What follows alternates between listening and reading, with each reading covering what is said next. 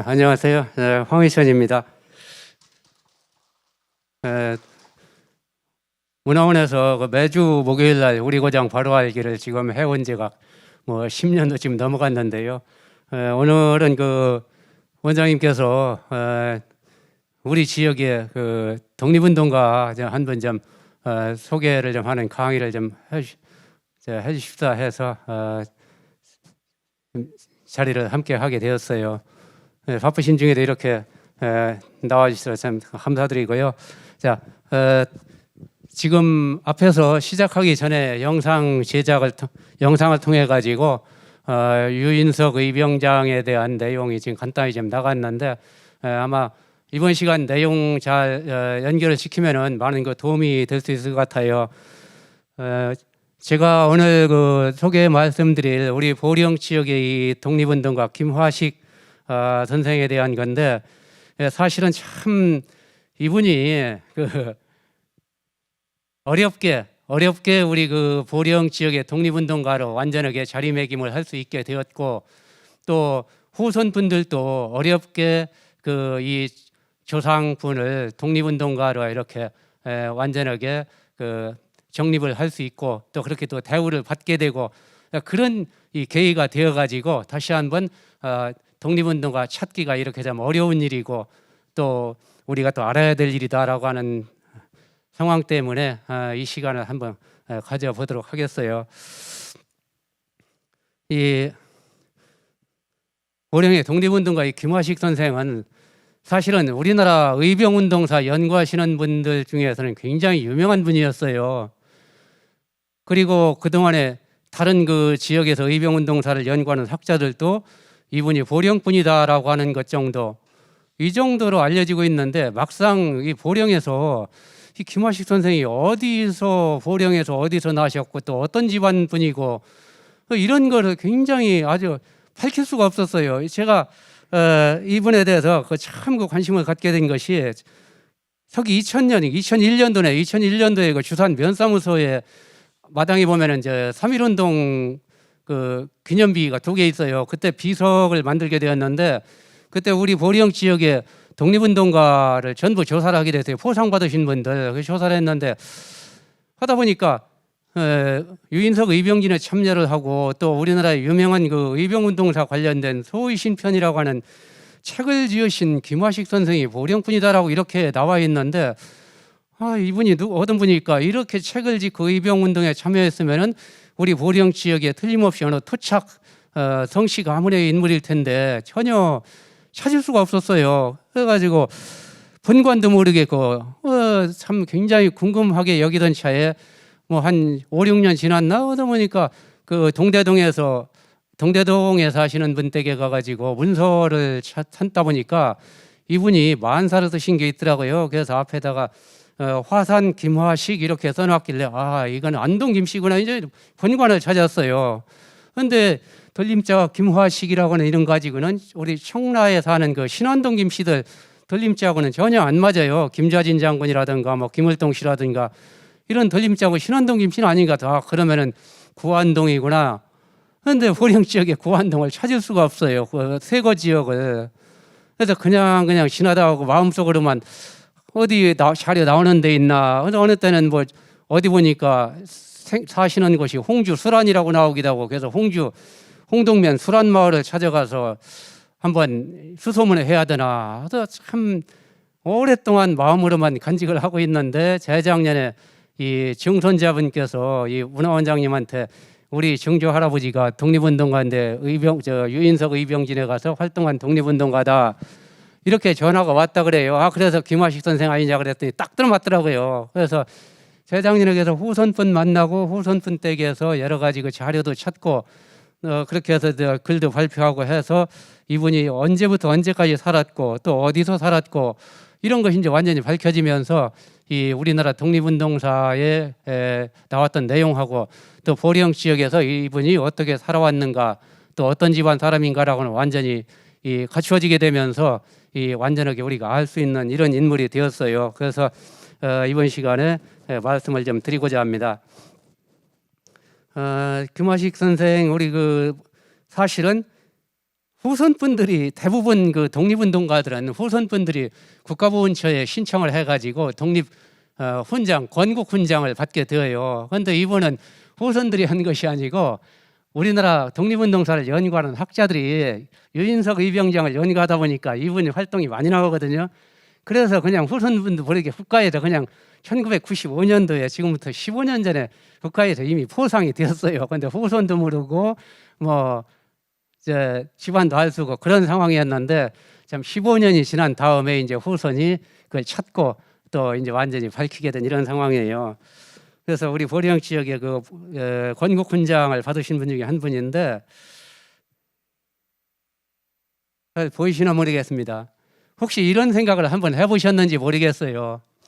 우리 보령 지역에는 몇 분 정도가 독립유공자 건국훈장을 받으셨을까라고 하는 점.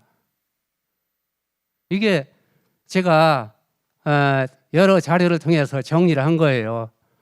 보령의 항일 독립유공자 표창 받으신 분들 33번째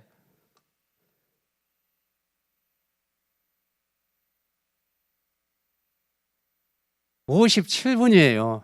우리 보령 지역에 훈장 받으신 분이. 그러니까 이 57분이 보령에 본적을 두고 있다든가 아니면은 지역은 다른 지역분인데 보령에서 활동하면서 항일운동을 했다든가 이렇게 해서 전부 검토를 해보니까 57분이더라고요.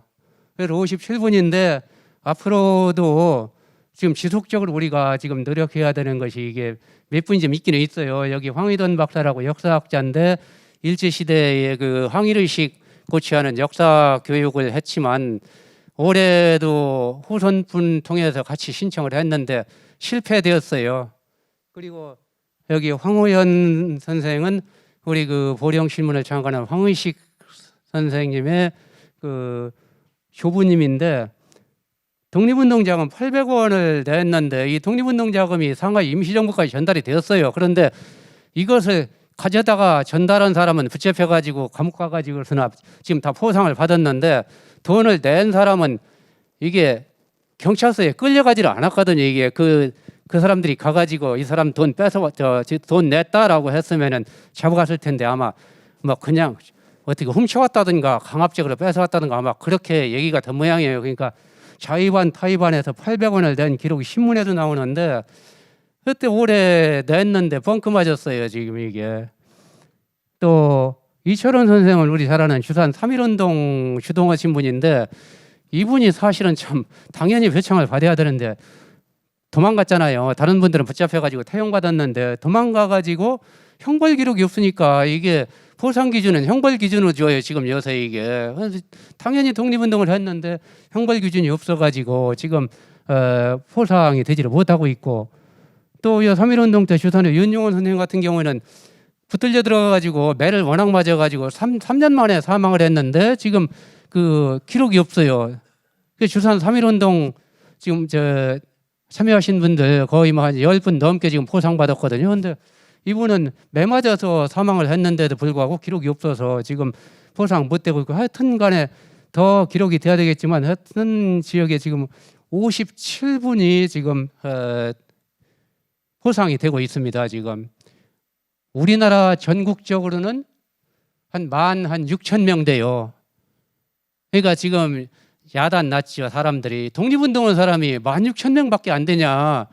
그런데 보훈처에서는 이 기준이 벌받은 거, 처벌된 거 이것만 기준으로 하다 보니까 안 늘어나는 거예요. 지금 이게.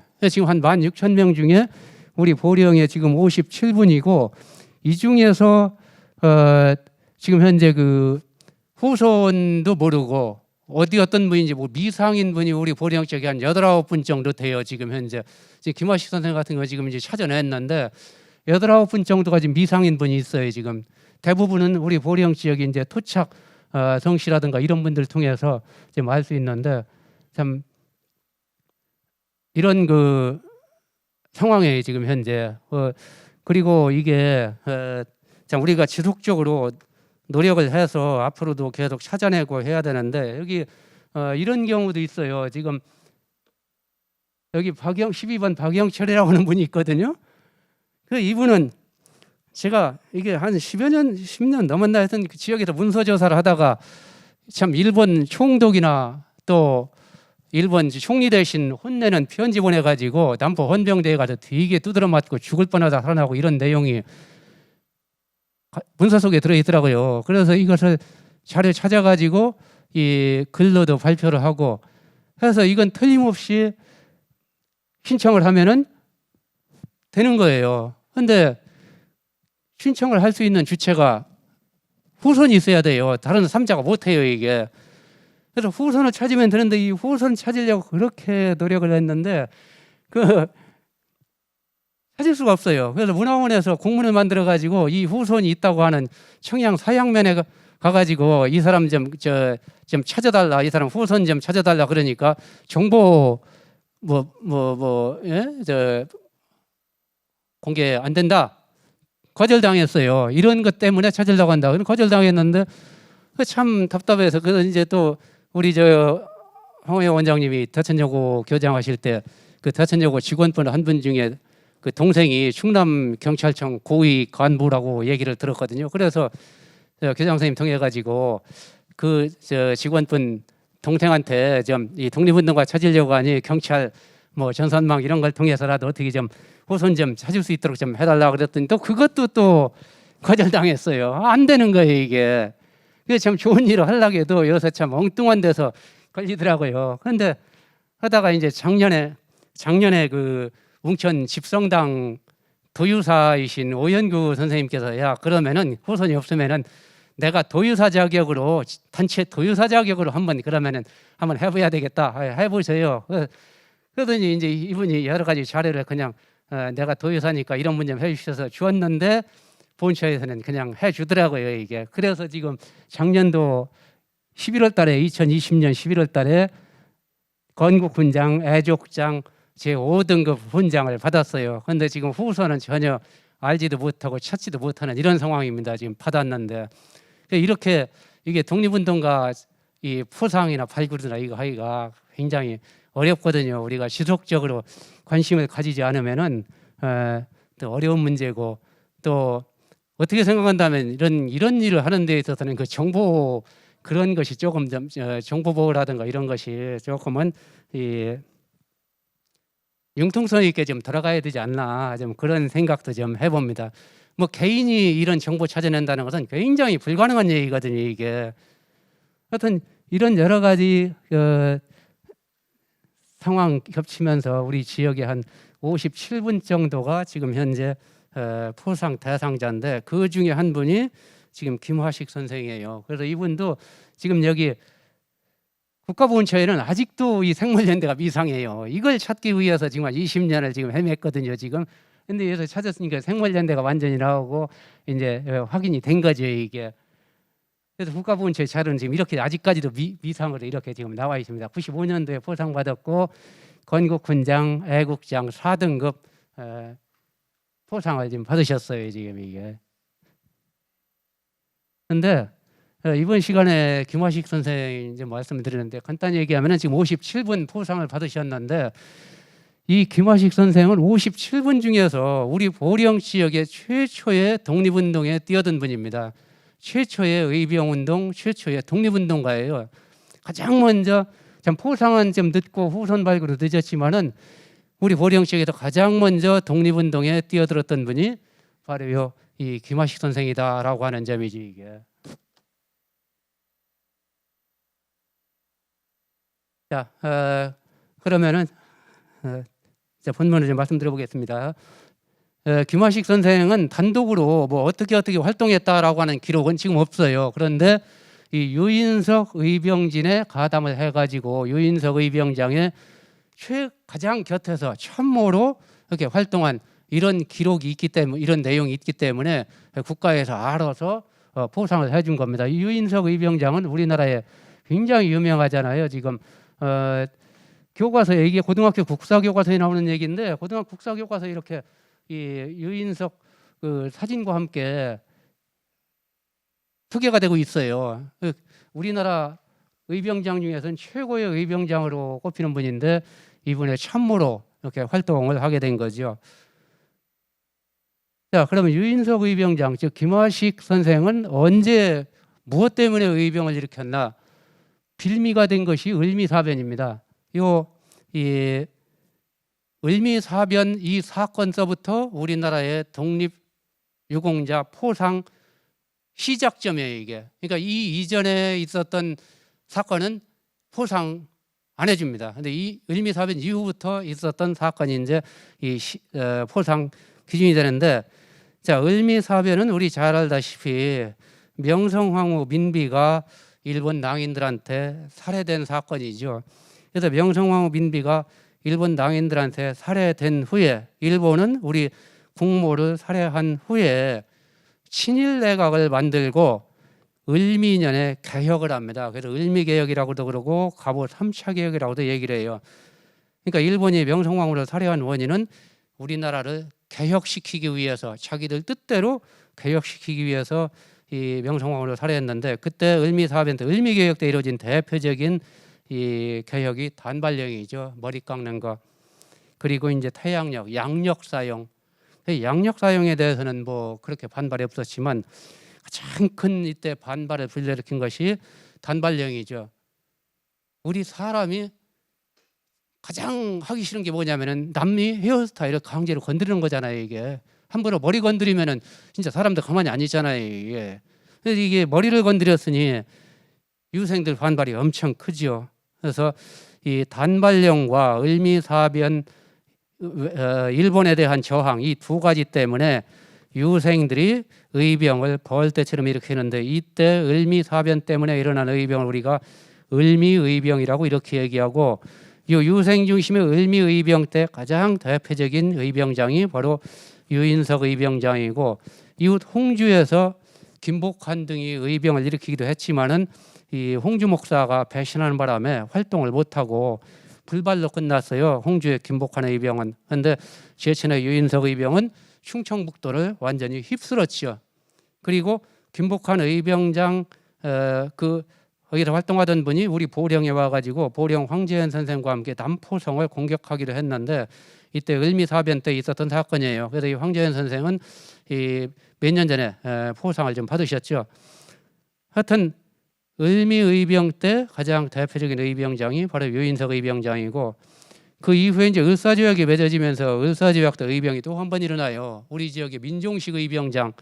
민종식 의병장은 바로 을사조약에 저항해서 이 의병을 일으킨 분이고, 또 고종 강제퇴의, 군대산, 이 정미의병이라 그랬는데 우리 녹도의 그 비석도 세웠는데 녹도 의병 같은 경우 이런 데 해당이 돼요. 그래서 을미사변, 을사조약, 또 고종 강제퇴의, 이때의 의병이 일어나는 계기가 된다. 그래서 이번 시간은 유인석 의병장은 을미사변과 관련됐다. 자, 유인석은 어떤 분인가? 원래는 강원도 춘천 분이에요. 그리고 이항로 문화에서 수학을 했는데, 이 이항로의 제자들이 학파를 하나 형성하지요. 호가 화서이기 때문에 화서학파라 그럽니다. 이항로의 제자들을. 그런데 이 이항로 제자 화서학파들의 뜻, 핵심 사상이 뭐냐? 의리와 명분에 입각한 위정, 척사, 존화양이, 즉 우리 성리학 질서를 지키고 서양을 배척한다. 또 중국을 존중하고 서양을 몰아낸다, 이러는 건데, 뭐 우리 유교에서는 위정, 척사나 존화양이 다 서양을 몰아내자 하는 건 맞지만, 이건 화서학파는 말로만 하는 게 아니에요. 몸의 체득과 실천이에요. 말하자면은 행동하는 양심이죠. 알에 그치는 것이 아니라 실천입니다. 그래서 화서학파들은 아주 강렬한 행동으로 나타냅니다. 이게 가장 적극적으로. 그래서 우리나라 의병이 가장 많이 일어났던 이 학파가 바로 조선 말기의 화서학파예요. 그래서 우리 교과서에 나오는 유인석 의병장, 최익현 의병장, 대표적인 의병장이 다 화서학파들입니다. 전부. 자, 그 이항로가 죽고 나서 수제자 김평묵으로 대를 이었고, 유중교로 대를 이었는데, 유인석은 김평묵, 유중교, 이항로 다 스승으로 섬겼다가 1893년에 춘천에서 충청북도 지해천 장담리로 이주를 합니다. 왜 그러냐면은 3대 수장 유중교가 사망을 했어요. 그래서 4대 수장 이항로, 김평묵, 유중교에 이어서 4대 수장이 된 사람이 바로 이 유인석이죠. 그래서 유인석은 그 화수학파의 그 당시에 기라성 같은 사람들, 서상열, 안승우, 원용정, 이춘영, 이게 전부 다 의병장들이에요. 지금 건국훈장 다 애국장, 독립장 2등급, 3등급 다 받은 분들이거든요. 이때 의병 출신이어가지고. 그래서 이런 이 기라성 같은 인물들을 지휘를 할 수 있었다. 4대 수장이기 때문에. 그래서 이렇게 4대 수장이 된 유인석. 그래서 을미사변 때 유인석 가만히 있을 수가 없죠. 이 상황을 볼 수가 없어요. 그래서 유인석은 1895년 제4대 수장으로서 원근의 문인사후 수백 명을 집합시켰습니다. 모여라! 이림 집회. 그러니까 수장이 올라왔는데 어떻게 해요? 그 많은 화수학파 인물들이 충청북도 지해천에 집합을 했죠. 그래서 자, 을미사변 어떻게 우리 대응할 거냐? 협의를 했습니다. 토론하니까 세 가지 의견이 나왔어요. 자, 의병 일으켜서 싹 쓸어버리자. 서청해버리자. 일제 쓸어내버리자. 어떤 사람들은 어려우니 해외로 망명해가지고 한번 옛날 거 지키면서 지켜보자. 망명하자. 그렇지 않은 사람들은 야, 그놈도 꼴도 보기 싫다. 시골로 숨어서 내 몸을 깨끗하게 하자. 자정. 물들지 않게 하자. 그러니까 숨자, 망명하자, 의병 일으키자. 이런 의견 나왔는데 결국 제자들 이필이, 서상열 이런 사람들이 의병을 일으키고 수장한테 의병대장 해주십시오라고 하니까 호주와 의병대장에 취임합니다. 호주와 이 우리 충청도 지역은 호우라 그러잖아요. 그래서 충청북도 지역이니까 우리 충남 지역은 호우라 그러죠. 그러니까 충북 지역은 호주화라 그럽니다. 그래서 호주화 지역 의병대장이란 직책을 가지고 의병대장이 된 유인석. 명성황후 원수 갚고 신체를 보존한다 하면서 의병을 일으킨 거죠. 자, 그러고 나서 경문을 발표해요. 격고 팔도 여릅. 팔도의 여러 고을에 경문을 보낸다. 그래서 이 격고 팔도 여릅이라는 이 경문이 굉장히 유명해요. 그래서 교과서에도 요새 나와가지고 뭐 수능 시험이니 뭐 해가지고 굉장히 많이 나옵니다. 이 유인석 의병장의 격고 팔도 여릅. 팔도의 여러 고을에 알리는 경문. 제4대 수장이 얘기를 합니다. 국모의 원수를 생각하며 이를 갈았는데 참혹한 일이 더해서 부모에게 받은 머리털을 풀베듯 베어버리니 무슨 변고란 말인가. 의병을 일으켜서 마침내 이 뜻을 포고한다. 그러니까 머리털 베고 국모를 죽였기 때문에 의병을 일으킨다. 그리고 끝에다가 사실상 협박조의 명령조의 말을 합니다. 그를 보내어 깨우치니 뒤에 영을 어기고 달아나든지 거만한 사람이 있게 되면은 즉시 역당의 무리로 규정해서 단연코 군대를 보내 먼저 칠 터이니 마음과 폐에 새겨 후회하는 일이 없도록 온갖 정성을 다해서 한 가지로 대의를 펴주기 바란다. 그러니까 말 안 들으면 먼저 가서 치겠다. 그러니까 4대 수장이 이런 그 경문을 발표하니까 전국에 있는 화수학파 제자들이 들썩들썩하지요. 가만히 있을 수가 없죠.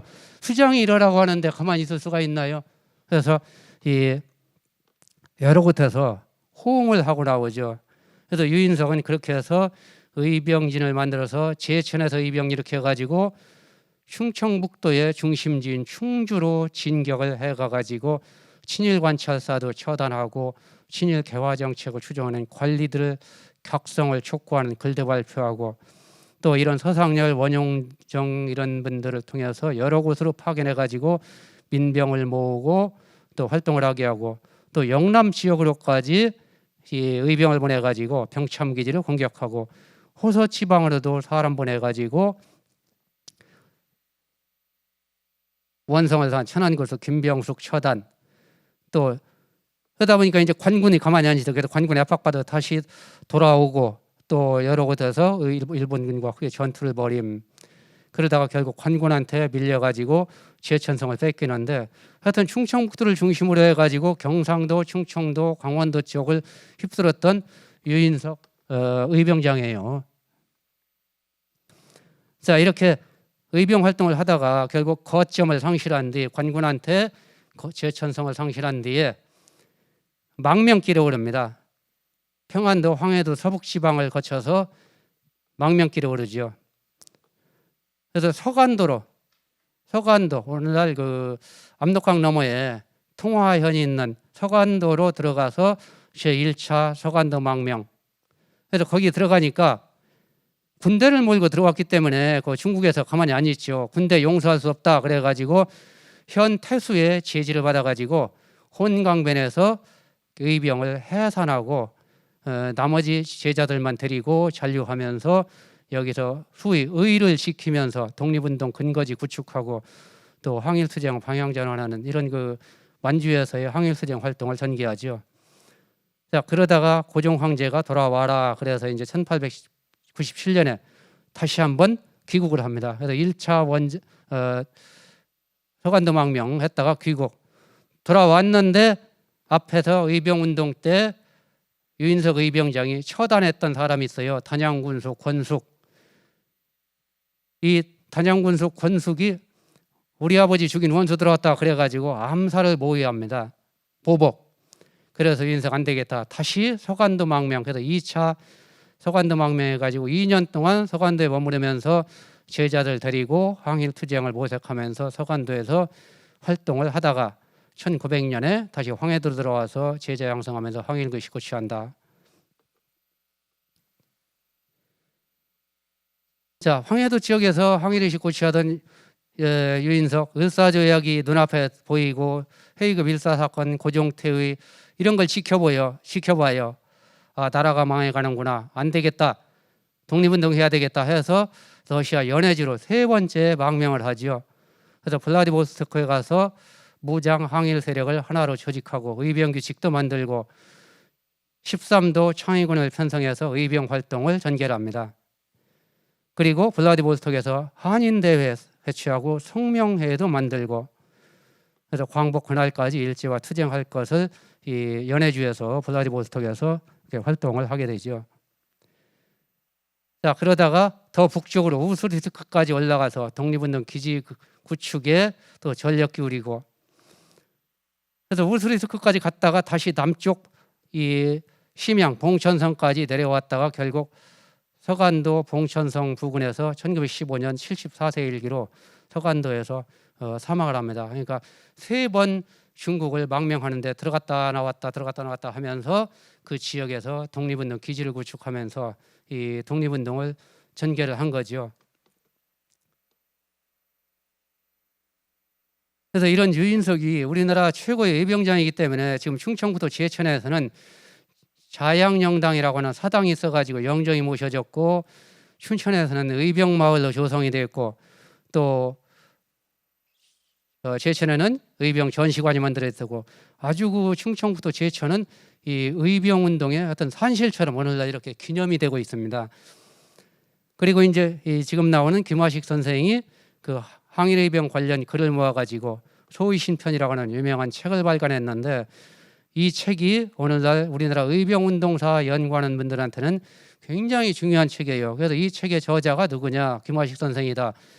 보령뿐이다 라고 하는 것 정도는 알려져 있는데 그 후손이라든가 이런 것이 잘 안 알려져 온 거지. 이게 의암집 발간 건국훈장 대통령장. 이 건국훈장 대통령장은 2등급이에요 1등급은 건국훈장 대한민국장인데 안중근이라든가 유관순이라든가 뭐 김구라든가 이런 분들이 이제 1등급이고 요 유인석은 2등급 건국훈장 대통령장을 받았고 아까 우리 김화식 선생은 건국훈장 애국장 4등급을 받았어요. 자, 이게 자양영당인데 이렇게 아주 의병제를 개최해요. 아주 축제가 의병제예요. 여기는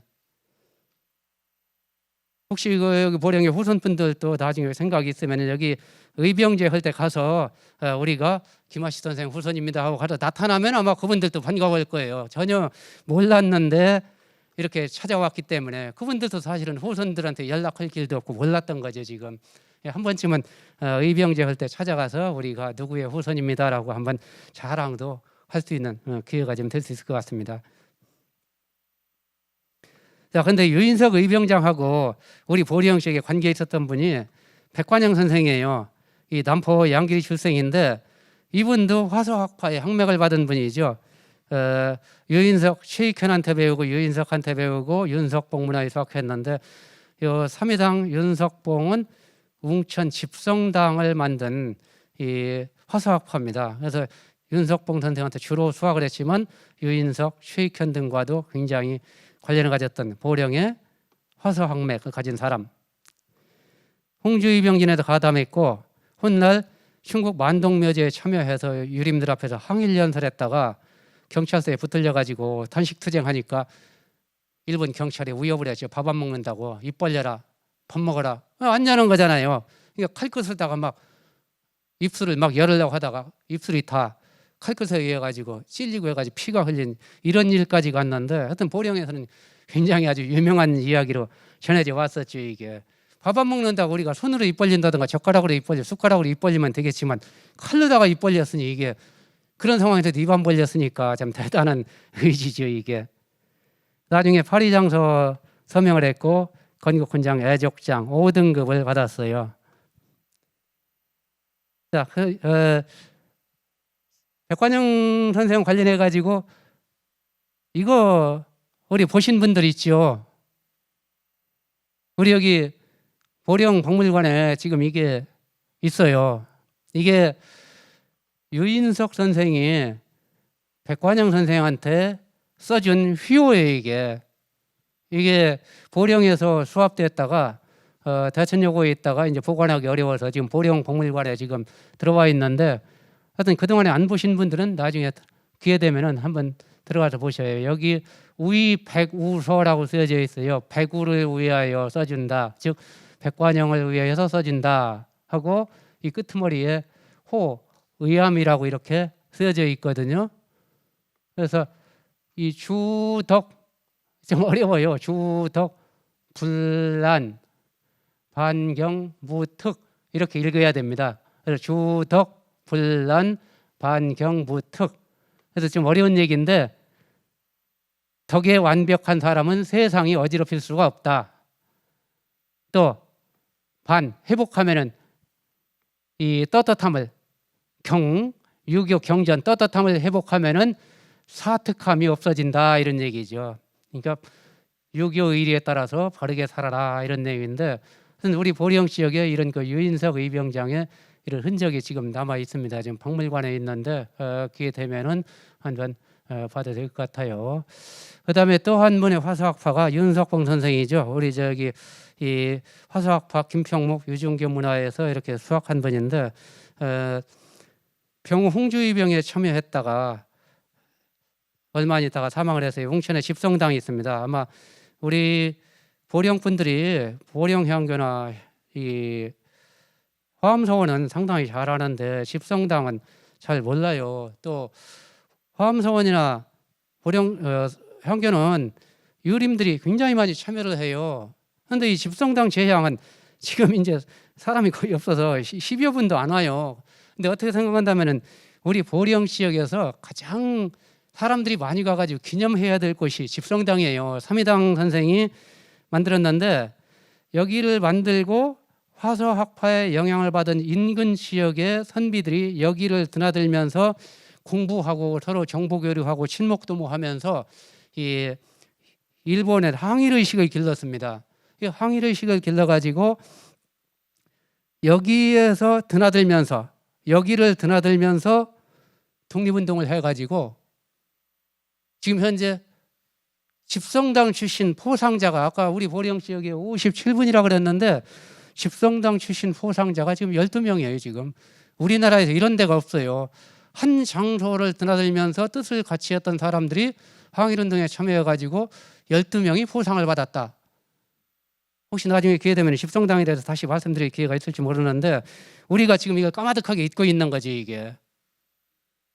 여기에 대대적인 기념 행사를 해야 되는 상황입니다. 지금 이게 12명이 이런 이 출입 장소에서 포상자가 나왔다고 하는 것은 우리나라 어느 지역에도 없거든요. 이게 까마득하게 모르는 거예요. 지금은 다 조그마한 사고 하나 산 밑에 있는 거에 불과한데 이게 삼위당 윤석봉 선생이 세웠어요. 그런데 윤석봉 선생도 홍주의병에 참여했다가 재작년도에 독립유공자 포상을 받았어요. 그런데 이분도 참 몇 번 시도를 했는데 후손을 못 찾아가지고 시도를 하다 못 찾았어요. 자료는 다 찾았는데. 그래서 재작년에 집성당 도의사이신 그 오영규 선생님께서 야 그러면 내가 집성당 도의사니까 집성당 도의사 이름으로 한번 신청을 해보겠다. 그 집성당 도의사 이름으로 넣었더니 포상은 되었어요. 그런데 훈장은 전달이 안 됐습니다. 아직까지. 그래서 이 어렵게 포상을 받았어요. 국가 독립유공자로다가.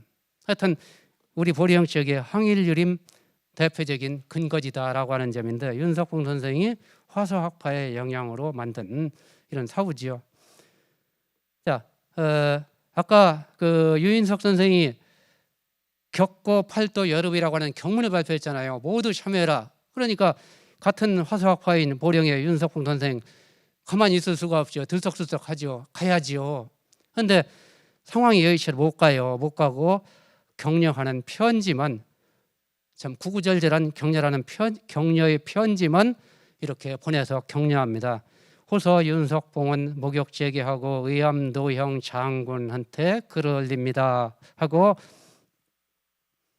늙고 병든 자나 불구의 몸을 가진 자는 한갓 사모할 뿐이지만 마음속으로나 사모할 뿐이지만 어리석은 저는 충격받아서 참으려고 해도 참을 수 없기에 한 장의 편지를 써서 만분의 1이나마 미미한 정성을 표하니 너 형의 넓으신 도량으로 용서해 줄 수 있겠는지요 하면서 이 어려운 말을 하고 있죠. 지금 참여는 못하겠지만 더욱 뜻과 기운을 굳건히 나가며 만 사람에 처해야 할지라도 털끝도 움직이지 아니하면은 사기 100배가 일어날 겁니다. 누가 시비 걸어도 끝까지 밀고 나가라. 임금이 의병을 피하라라고 어명을 내렸지만 장수가 밖에 있으면 임금의 명령을 받지 않는다는 의리가 있습니다. 구차히 임금의 어지러운 명령을 따르는 것은 부당합니다. 얼마나 힘이 되겠어요. 임금은 의병하지 마라 하니까 마음이 흔들릴 텐데 옆에서 개의치 마라. 끝까지 밀고 나가라. 이런 격려를 해주는 거죠. 윤석봉 선생은. 그래서 여기 지금 혼자 하는 것이 아니라 보령 유림들하고 연명을 했어요. 윤석봉, 조용순, 조종순 이분들은 대천 목장에 살던 유림들이에요. 심의덕, 동대동에 살던 유림입니다. 조구원, 청라에 살던 유림이에요.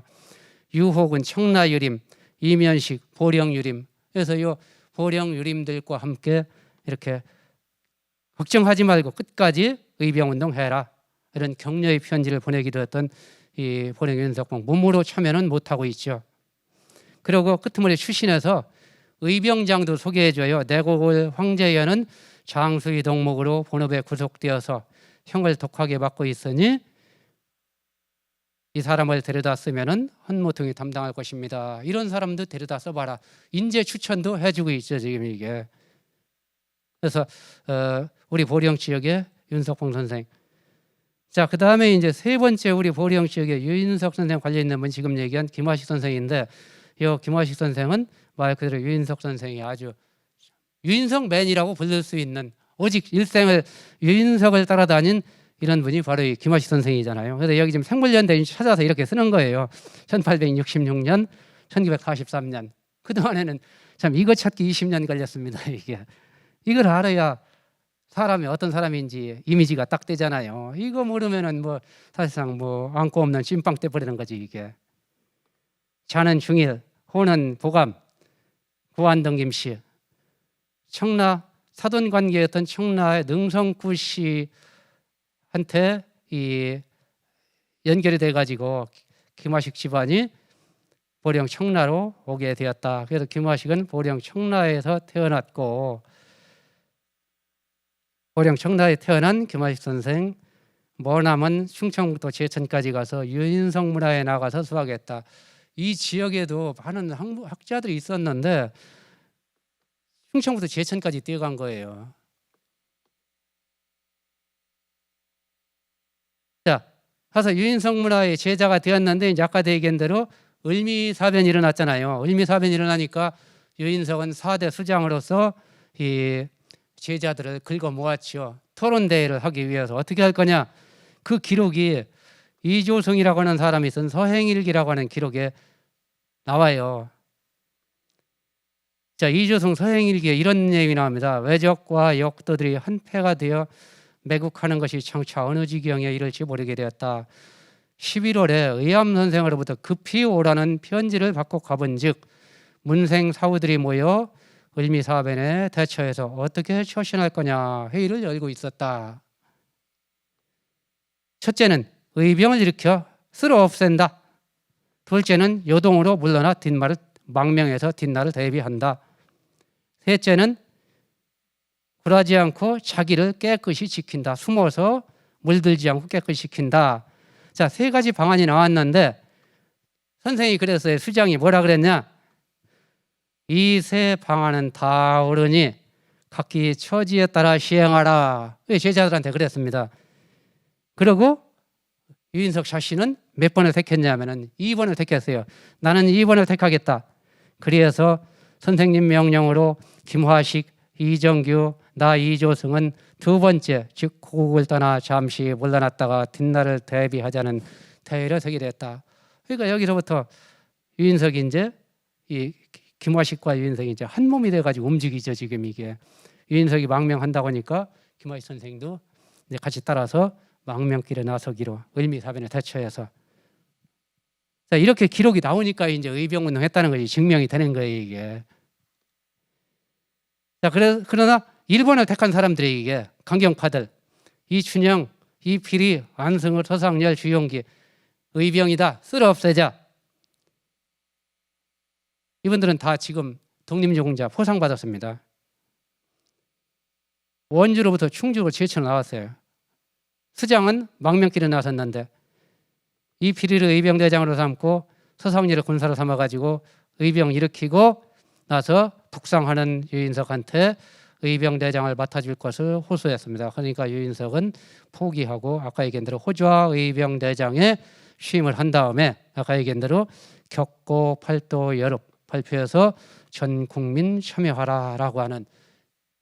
그래서 이것 때문에 이제 그 화수학파도 이제 들썩들썩하는 거죠.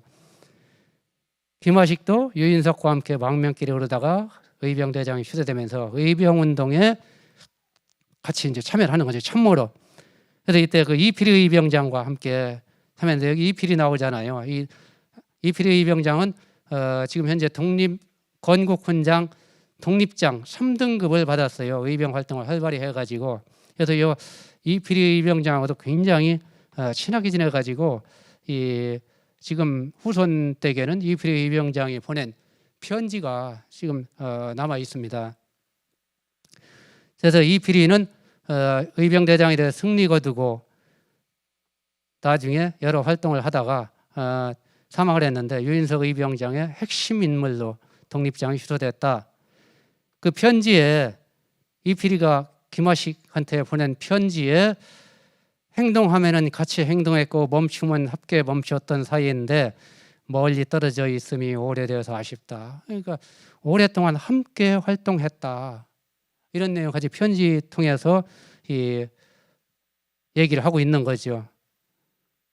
또 김화식과 이필이는 동의동 문서라고 하는 이 문서를 만들어서 유인석 의병장을 보호하려는 이런 노력을 전개했는데 이 제천 의병 당시에 그 유인석이 처형했던 권숙 또 김규식 아들들이 유인석을 원수감다고 해치려고 하니까 우리 제자들은 보호해야 된다. 다 같이 나서라라고 하는 이런 선동문서죠. 이게 유인석을 보호하자. 이필이와 함께. 그래서 아주 이 의병 활동이라든가 이런 스승 모시는 활동에 적극적으로 나섰던 이필이 또 김화식 이런 분들이죠. 이게 후손가에 보존되어 있는 이필이가 보낸 그 편지예요. 그래서 끄트머리에 여기 지금 이필이 동문 제 이필이 배경 이렇게 써 있는데 이런 것은 뭐 상당히 귀중한 이런 그 문서 될 수 있죠. 지금 이게 또 김화식 선생은 유인석 의병진에 참여하면서 무슨 활동을 하냐면 아까 되어 있는데 진중의 문자 정리. 우리 뭐 군대라든가 이런 조직에 보면은 이제 내부적으로 사무 문건이 굉장히 많이 글이 왔다 갔다 하잖아요. 공문이라든가 누가 보낸 편지라든가 이것을 전부 유인석이 누구한테 맡겼냐면은 김화식 선생한테 맡겼어요. 우리 의병진에 오고 가는 모든 문서를 전부 정리해라. 이렇게 맡길 수 있다는 것은 이게 아무나 맡길 수가 없죠. 믿는 사람, 신복인 사람, 할 만한 사람, 능력 있는 이런 사람한테 이런 핵심적인 일을 맡기는 거지 이게 아무나 할 수 없는 거거든요. 그래서 호서의병 사적 이 기록에 이런 얘기가 나와요. 김화식의 자는 중일이니 선생의 문인이다. 선생이 일기의 관장을 명하니 유인석 선생이 일기의 관장을 명하니 절박하고 위태로운 지경에 빠져도 일찍이 조금도 피하지 않아 환부를 마칠 수 있었다. 어려운 상황에서도 진중 문자 정리 스승의 명령으로. 그래서 또 하나 기록. 김화식은 보령으로부터 500리 떨어진 진영에 이르러 고단함이 쌓여 여독이 심하면서도 3차례 여독에 들어가 시종일관 문자를 수습하고 깎고 다듬어 절의 여체인 소위 신편을 만들었다. 그러니까 이런 기록을 만들려면 계속 따라다녀야죠. 아까 그 중국에 3번 망명했다 그랬잖아요. 계속 따라다니는 거예요. 의병 활동도 따라가고 중국 망명에도 따라가고 그래서 같이 활동하면서 그 진중에 오고 갔던 여러 글들을 모아서 소위신편이라고 하는 이 책을 만들어내는 거죠. 그래서 이게 지금 원본인데 국사편찬위원회에 이렇게 지금 보존이 돼 있고 지금은 다 번역본도 되고 해서 많이 보급이 되었어요. 하여튼 이 소위신편의 저자가 확실히 밝혀졌다라는데 상당한 의미를 부여할 수 있는 거죠 이게. 자, 1896년 유인석이 서간도 1차 망명할 때 김화식 따라갔다가 돌아와요. 돌아오는데 유인석이 돌아가는 김중일한테 김화식한테 편지를 글을 써줬어요. 김중일이 귀국하기에 보내면서 글을 쓴다. 국가 난적과 오랑캐가 대변을 일으켜 국모가 피시되고 군부가 망역한 욕을 보게 되고 내가 제천에서 의병을 일으키니 김중일 군은 400~500리 밖으로부터 와서 종사하여 탐관 우리를 처단하고 외놈을 몰아내던 중. 그러니까 유인석 직접 말을 하잖아요. 자기가 중일군은 400~500리 밖으로부터 와가지고 종사해서 외놈을 몰아냈다. 의병운동에 참여한 거죠. 또 김중일군은 수천리 밖까지 따라와 신고를 같이 하니 어찌 그 마음이 외연한 일이 아니겠는가. 이렇게 기록이 나오기 때문에 국가에서 알아서 독립유공자로 포상을 해준 거지 이게. 유인석 의병장을 이렇게 철저하게 따라다니면서 의병운동을 전개했다.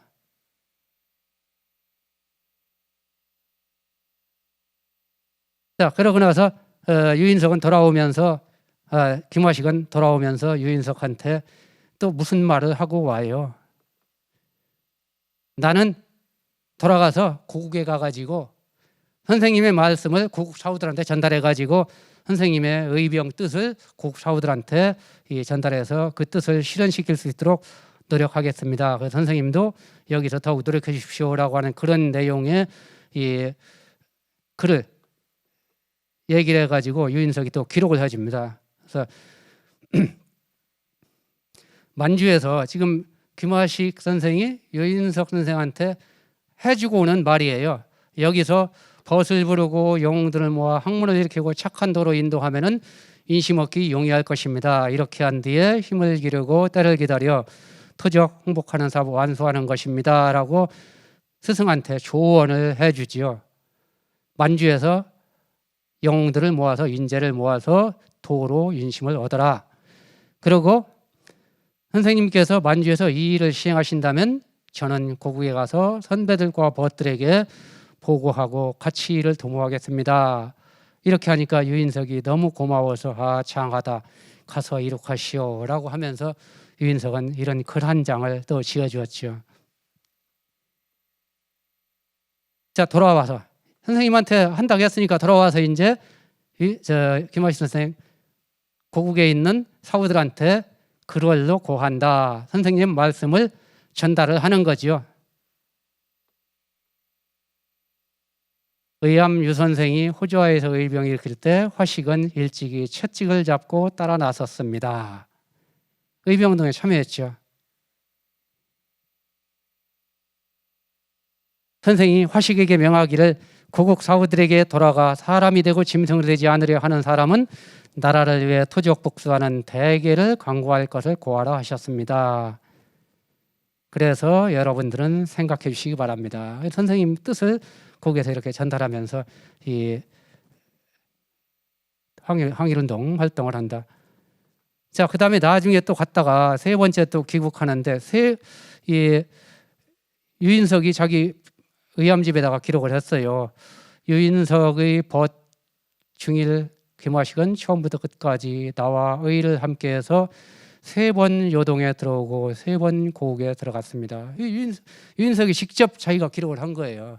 그러니까 의병운동 따라다니고 만주에 3번 들어갔을 때 3번 따라다니고 이런 내용들을 직접 유인석의 기록을 통해서 알 수 있고, 그 다음에 아까 얘기한 대로 소위신편을 진중문자 정리해가지고 소위신편 10권 5책으로 1902년 1000권을 발간을 합니다. 1000권 발간하면서 거기에다가 발문을 써요. 발간사를 누가 썼냐면 김화식이 썼습니다. 그래서 오늘날도 요 소위신편 번역본 들어다니는 거 발간사가 전부 김화식 이름으로 나와요.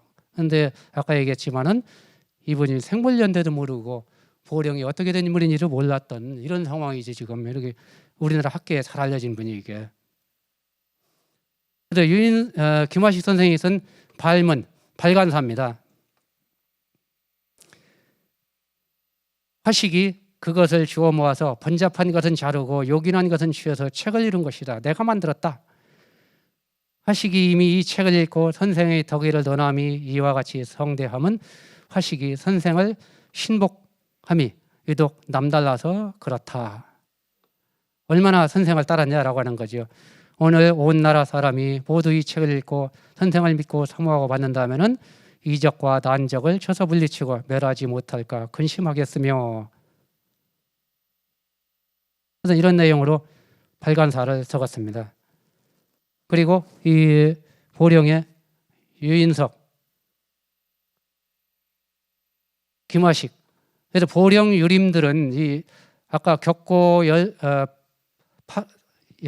팔도 여릅을 발표했을 때 따라가고 싶어도 못 따라가요. 근데 중간에서 김화식이 매개 역할을 해줍니다. 편지도 갖다 전달해주고 말도 전달해주고. 그래서 아까 윤석봉 선생 같은 경우는 이 격려 편지를 아까 보냈다 그랬었죠. 유림들과 함께.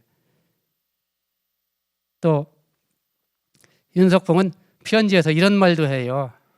오랜 병으로 인해서 의병진에 참여하지 못하는 것이 한이 됐는데 김화식이 작은 정성으로라도 편지를 써서 대신 생활하고 청하기도 해서 그렇게 했습니다. 같은 화서 중암 성제 문화로 의병진에 참여하지 못하는 나의 행위가 성인의 교훈에 10,000분의 1도 행하지 못하는 것이어서 김화식에게 미치지도 못합니다. 김화식이 중국 가는데 함께 가지 못해서 옷깃에 눈물만 닦을 뿐입니다. 이렇게 안타까운 마음을 가지고 있죠. 그러다가 윤석봉은 나중에 을사의병 때 민종식 의병진에 가담을 해서 홍주성에도 붙들려 가지고 서울까지 끌려갔다 오는, 그래서 오늘 독립유공자로 이렇게 포상을 받았는데 이 화수학파들의 이런 행동하는 양심을 볼 수가 있죠. 또 중국 요동 3번째 간다고 하니까 청라에 사는 학자 유호근 선생이 심양가는 김화식을 전송하면서 칭찬의 글을 써줘요. 부럽지요. 같이 따라가는 것이 자기들은 못 가고. 중일은 친척과 이별하고 분멸을 벌이고 전장에 몸을 맡기면서 변경의 스승을 따랐습니다. 어렵고 험한 일을 겪는 것을 탄식하겠는가. 100세 후에도 우리는 중일의 이름을 알 것이고 의암선생 문화에서 아름다움과 함께 할 것이다. 참 지역 유림들이 많이 이렇게 부러워하고 칭찬을 해주는 이런 그 김화식 선생이었죠. 다른 분들은 의병진을 직접 참여를 못하고 있는데 이렇게 열심히 따라다니며 참여하게 되니까 얼마나 부러웠겠어요. 자, 그 다음에 1902년 이후에 이제 김화식과 유인석은 계속해서 서로 안부를 보내고 있어요. 그래서 유인석이 김화식한테 보낸 편지인데 요동에서 헤어진 뒤 다시 만나지 못해서 어찌 정리로 감당하겠는가. 또 이런 얘기도 해요.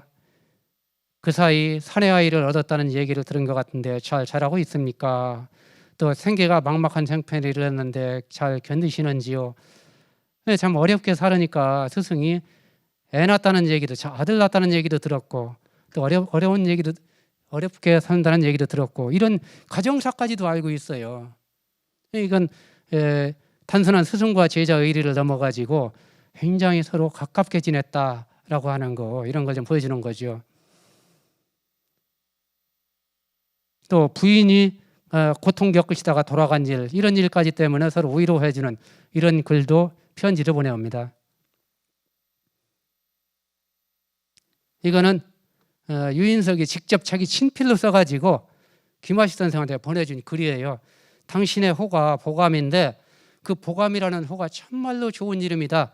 옛날 것을 다시 회복시켜서 이 우리의 도를 지키고 의를 지키자는 그런 의미가 들어있는 다시 복자 보감이다. 그런 의미 있는 내용이다라고 칭찬하는 내용, 호를 칭찬하는 내용을 적은 보감기예요. 그래서 여기 유인석 친필로 유인석기 이렇게 요동객 유인석기 이렇게 해서 보내줘서 지금 현재 이 후손가에 지금 보존이 되고 있는 아주 귀중한 이런 그 문서죠. 그래서 이런 것이 있었기 때문에 이 후손들은 작년에 그 이런 것을 증명을 통해 가지고 후손 인정을 받을 수 있는 결정적인 계기가 됐다고 볼 수 있는 거죠, 이게.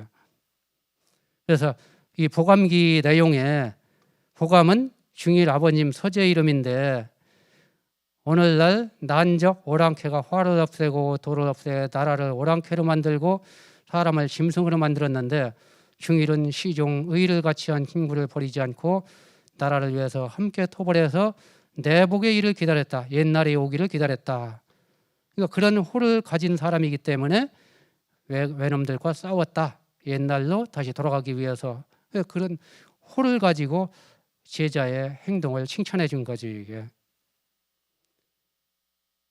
자, 이렇게 오랫동안 참 스승과 제자로 함께했던 유인석이 내가 얘기한 대로 3차 망명해 가지고 1915년에 사망을 했어요. 근데 사망 현장을 김화식 선생은 지키지를 못했죠. 국내에 있었기 때문에.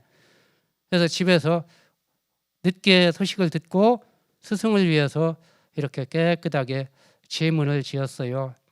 제의암 선생문, 유선생문 해가지고 스승 돌아가신 거에 대한 자기 이 애틋한 마음을 이렇게 글로 지었는데 이걸 갖다 줘야 되는데 못 가죠. 그러니까 자기 집에다가 이 깨끗하게 이렇게 보관을 해놓고 또 집에다가 괴연을 만들어 놓고 곡을 하고 상복 입고 이렇게 제자 의리를 다한 이런 흔적이 지금 남아 있습니다. 그래서 유인석 사망 소식을 들은 김화식 제문을 지었습니다. 을묘년 정월 1915년 우리 의암 선생님이 러시아에서 돌아가셨다고 합니다. 안동 김화식은 비로소 전하는 말로 부음을 듣고 고복은 어느 날이며 묘소는 어느 고을인지 자세히 알지 못했지만 사방으로 흩어진 문인들이 스승의 상복을 입었다니 선생님이 후학을 버리신 것이 분명했습니다. 신의를 설치하고 곡했습니다. 그리고 다음에 2월에 입고 있던 상복 갈아입고 글로써 고합니다 하면서 소제자는 곤경을 무릅쓰고 종군했고 그동안에 자기 일을 회상하는 거예요. 저는 선생님과 그동안에 곤경을 무릅쓰고 군진을 따라다녔고 종군했고 병기와 투구를 가지고 다니면서 와신상담했고 또 어려움을 두루 겪으며 3번 들어오고 3번 돌아오고 3번 들어가서 그러니까 이건 이 만주망명 3번 따라다녔다는 얘기죠. 도생산 만주 도생산 아래에서 또 호로의 양지 쪽에서 여러 해를 분주했습니다. 그러다가 해서 황해도에서 선생님이 황해도 오셨다는 소리를 듣고 황해도에 가서 인사 올린 지가 10여 년 되었는데 이제는 힘없이 떠돌게 되어 다시는 괴장을 가지고 가서 모실 수 없게 되었습니다. 안타까운 마음을 얘기를 하는 거죠. 불추한 소제자는 두터운 사랑을 입었는데 유명간에 영원히 저버리게 되었으니 통곡해도 미치지 못하겠습니다. 감히 거친 글을 지어 북쪽을 바라보며 혹할 따름입니다. 밝으신 영령이 드시다면 혹시라도 감촉해 주십시오라면 이 자기의 참 안타까운 마음을 이렇게 좀 표현을 하고 있습니다. 아까도 얘기했지만 그 김하식 선생은 유인석 선생 유인석맨이라고 해도 과언이 아닐 정도로 일생을 유인석을 따르고 같이 행동했던 이런 인물인데, 돌아가시기 10년 전에 2번이라고 하는 이런 글을 지었어요. 그가 집에들 깨끗하게 보관해놨는데, 이거는 자기의 좋은 말을, 참 어떤 좋은 말을 후세 사람들이 볼 수 있도록 하나의 교훈처럼 남기는 이런 글이에요. 후손들이라든가 선비 사후들은 앞으로 어떻게 해라 라고 하는 것을 이렇게 지었는데, 이 2번이라는 이 글 속에서 강조하는 것이 여기서도 후세의 모범이 되게 남길 만한 이런 글인데, 돌아가시 10년 전에 살펴보니 을미년간에 좋지 못한 일이 있었을 때 그 처한 해결책으로는 선생님이 이번에서 나온 것 외에는 없으니 화식이 비록 불민하지만 반복해서 읽으면서 가슴에 새기고 존중하며 우러러 의지할 것입니다. 그러면은 살아서는 하늘을 따른 것이 되고 죽어서는 편안해질 것이니 이것을 두려워하고 경계하는 것입니다. 그러니까 일생을 이 을미년간에 유인석 선생이 내세웠던 전왕량이라든가 또 외세배척이라든가 또 옛날 도를 회복한다든가 이런 내용, 이것밖에 없다 이거예요. 그래서 계속해서 반복해서 읽고 가슴에 새기고 존중. 그러면 나는 하늘 따른 것이고 죽어서도 편안하다. 이런 글을 새겨가지고서나 집에다 놓고 후손들한테도 알리고 지역에도 알리는 이런 그 글을 쓴 거지 이게. 그래서 일생을 유인석 문화에서 공부하고 이렇게 의병 활동을 전개한 이런 분인데, 하여튼 이런 내용들이 알려지긴 했지만은 지금 보령에서 이렇게 후손들이 등장하는 바람에 이제 참 빵과 왕코가 완전히 갖추어진 이런 인물로, 우리 보령의 인물로 이렇게 정립이 될 수 있고, 또 아까도 말씀드렸지만은 김하식 선생은 우리 보령 지역의 최초의 독립운동가다. 가장 먼저 독립운동에 뛰어들었다. 이런 분입니다. 그런데 우리 보령 지역에서는 전혀 지금 알지를 못하는 상황이거든요. 하여튼 이런 분도 있다라고 하는 거, 그래서 좀 간단하게 이렇게 좀 말씀을 드렸고, 그래서 재작년에 우리 문화원에서 나온 애향지의 자세한 내용을 기록을 했어요. 그래서 참고로 읽어보시면 좋을 것 같습니다. 그리고 우리 보령 지역에 지금 아까 얘기했던 57분의 지금 독립유공자 포상자가 있는데, 아마 주변에서 이렇게 잘 살펴보셔가지고 이 독립유공 한 분이 있다라고 있으면은 잘 찾으셔가지고 적극적으로 우리가 포상을 하고 또 알리고, 그러면 우리 보령의 어떤 이 자긍심 같은 거 이런 것도 좀 정립이 될 수 있는 계기가 될 수 있을 것 같습니다. 오늘은 저는 여기까지 말씀드리겠습니다. 감사합니다.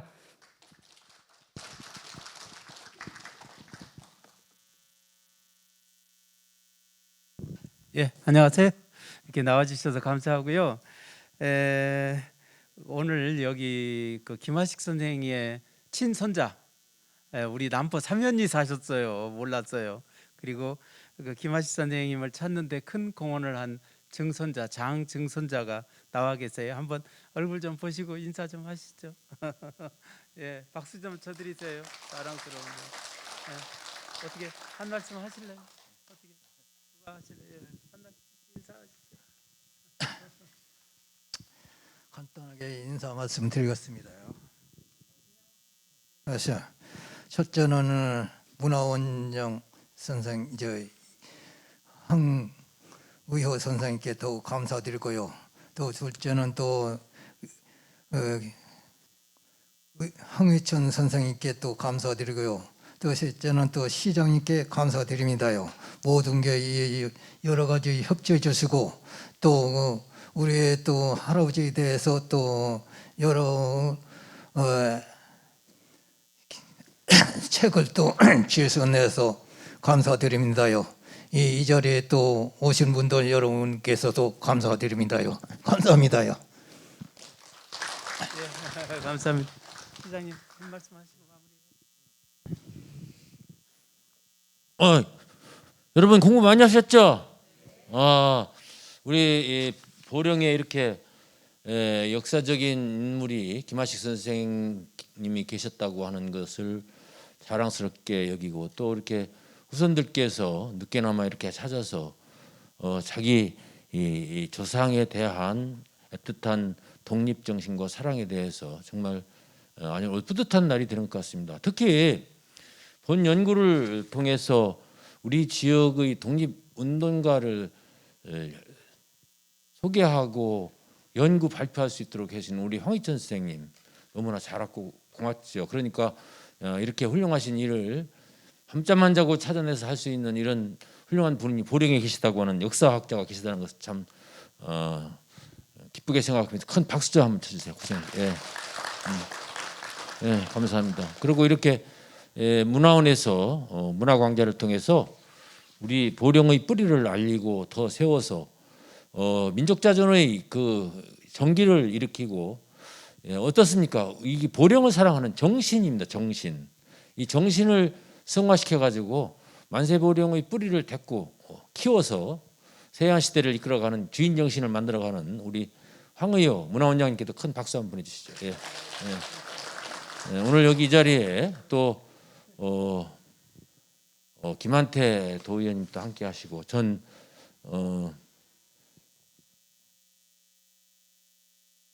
도의원 어디 계신가?